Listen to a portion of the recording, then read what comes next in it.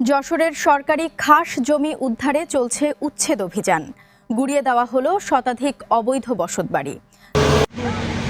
বাহিনীর একটা সমাবেশ থাকে এবং মিডিয়া সহ এই সমস্ত কিছু সন্নিবেশ করে একটা উচ্ছেদ অভিযান করতে গেলে এটা বেশ কিছুদিন ধরেই এটা পরিকল্পনা করতে হয়। যেমন আজকে উচ্ছেদ অভিযানটা এটা গতকাল আজকে এটা 1 বছর ধরে পরিকল্পনা করে এর আগেও আমরা সেমারেটারি আয়োজন করেছি এবং আজকে এটা ফাইনালি উচ্ছেদ হচ্ছে এবং এটা আরও সামনে হবে।